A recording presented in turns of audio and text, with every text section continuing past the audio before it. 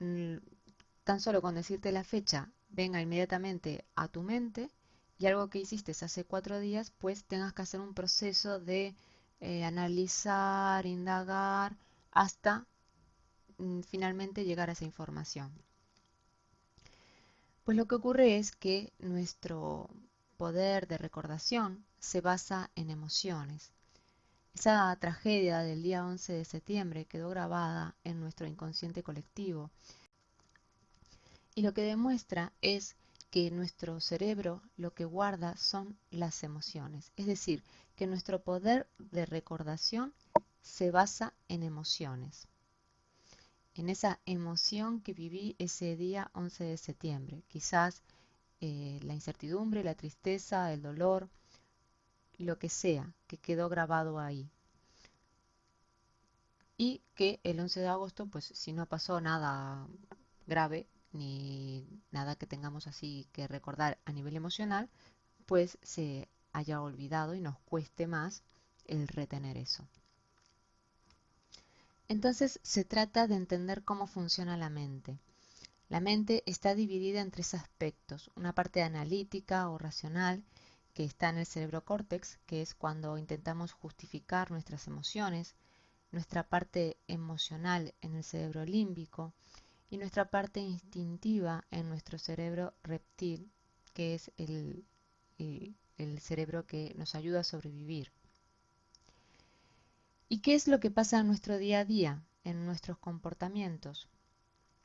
Que no nos damos cuenta que vamos fluctuando entre estos tres cerebros. Actuamos principalmente desde lo emocional y desde la supervivencia, pero lo justificamos desde lo racional. Como en el ejemplo anterior, yo recuerdo que el, al comienzo, pues cuando se produce el primer impacto, eh, al recibir esa noticia, primero se produce un shock y nuestro cerebro empieza a buscar eh, respuestas a qué es lo que está ocurriendo. Y la respuesta que había surgido era que un piloto se había despistado y que había impactado contra una de las torres. Luego va surgiendo más información y es cuando ocurre el segundo choque del avión y ya se empieza a barajar la hipótesis de un atentado. Entonces, ¿qué es lo que va ocurriendo? Que nuestro cerebro va teniendo nueva información y va ajustando esa realidad de lo que va ocurriendo. Y así es como vamos funcionando, es decir, nuestro cerebro racional siempre va a estar justificando o buscando una explicación ante lo que nos está ocurriendo.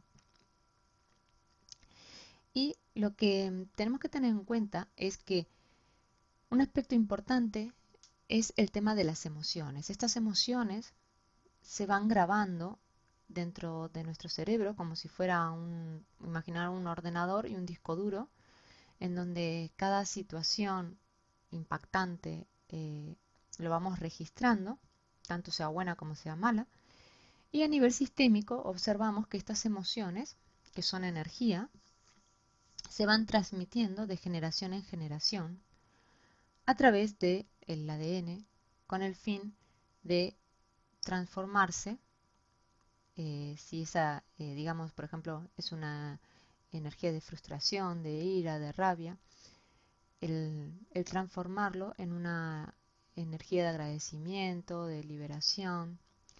Pero bueno, no quiero adelantarme en este tema que lo trabajaremos más en profundidad. Simplemente eh, para este primer podcast lo que quiero que os quedéis con la idea de que lo que retenemos son las emociones.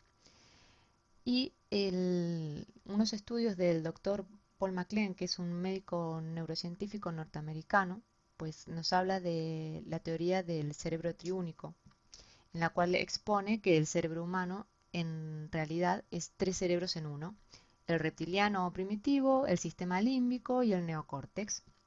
Entonces, simplemente explicarte que, bueno, que el reptiliano pues es el que tiene, el que nos ayuda ante el miedo, el peligro, son reacciones o estados de ánimos primarios. que nos ayudan a sobrevivir. El cerebro límbico es la estructura responsable de la aparición de las emociones asociadas a cada una de las experiencias que se viven y su utilidad tiene que ver con el aprendizaje. Si una conducta produce emociones agradables, tenderemos a repetirlo o intentar cambiar nuestro entorno para que se produzca de nuevo. Mientras que si lo que recordamos es una experiencia de dolor, pues vamos a tender a evitarla como forma de no volver a pasar o experimentar por ese proceso. Y luego está el neocórtex, que podría considerarse la sede de la racionalidad, ya que nos permite la aparición del pensamiento sistemático y lógico. Este neurocientífico demuestra que actuamos de manera reactiva y repetitiva en nuestro día a día, debido a nuestro cerebro primitivo y luego emocional, que terminamos justificando desde lo racional, desde nuestro cerebro neocórtex. Es decir, que va a buscar una explicación para todo lo que ocurre. Por ejemplo, si pudieras ver una imagen que yo tengo aquí de una mujer rubia, de ojos azules, de piel blanca, y te pregunto, ¿esta persona de qué nacionalidad es? Seguramente me respondas alemana o suiza, pero en ningún caso se te ocurriría decirme que es china o india. ¿Por qué ocurre esto? Porque tu mente busca en su base de datos y asocia los datos que yo te estoy proporcionando a su registro. Es decir, yo te digo rubio de ojos azules y empieza, como si fuera el caso del ordenador que hablamos anteriormente, a buscar experiencias con personas rubias y de ojos azules. Y si ha habido experiencias o ha oído hablar ya sea una experiencia que haya vivido o que haya sentido emocionalmente o que haya recordado con personas rubias y de ojos azules, y esas personas eran de nacionalidad alemana, me dirá que esa persona es alemana. Y lo dirá con determinación, es decir, con la certeza y la seguridad de que es así. Pero eso no significa que sea real. Es decir, en definitiva, lo que me gustaría transmitirte hoy es que debemos entender que nuestra mente no nos dice la verdad. Nuestra mente construye la verdad en función de las experiencias vividas en el pasado. Donde existe una pregunta, tu mente te va a responder. Y esa respuesta va a ser en función de las experiencias pasadas, pero no significan que se ajusten necesariamente a la realidad. Por ejemplo, volviendo al caso anterior, si yo he tenido una buena experiencia con personas rubias y de ojos azules, cada vez que vea este tipo de personas, mi cerebro lo asociará a bienestar. Y de lo contrario, si mi experiencia ha sido negativa porque he tenido un conflicto, con estas personas de estas características, o porque imagínate, mi mejor amiga era rubia y de ojos azules y me traicionó, entonces mi cerebro asocia este rasgo a esta emoción y puede que me provoque miedo o ira o rabia.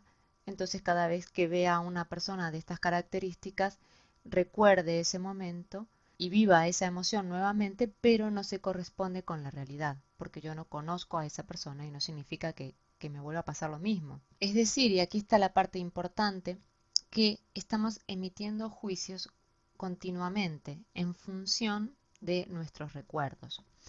Los juicios son necesarios porque nos ayudan en un momento determinado a sobrevivir. Por ejemplo, si voy caminando a altas horas de la noche por una calle oscura y veo una persona que puedo creer que me puede hacer daño, pues quizás lo que hago es cruzar la calle. Entonces ahí ese juicio ha sido necesario porque me permite evitar una situación que me podría poner en peligro. Pero aquí estamos hablando del juicio cuando es un juicio continuo en donde yo estoy elaborando una situación en base a lo que he vivido en el pasado.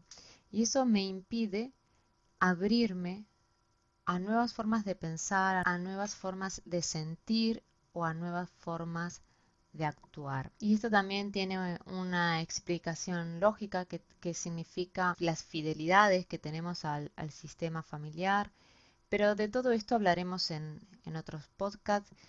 Y simplemente quiero darte las gracias por tu tiempo, por escucharme. Puedes escribirme a hola@constelacionesalejandra.es y si te ha gustado este podcast puedes compartirlo, darle a me gusta, dejarme tu comentario. El próximo martes continuaré hablando de este tema tan apasionante de cómo funciona nuestro cerebro y cómo hacer para que él trabaje para nosotros. Te deseo que tengas un excelente día y hasta la próxima semana. Muchísimas gracias.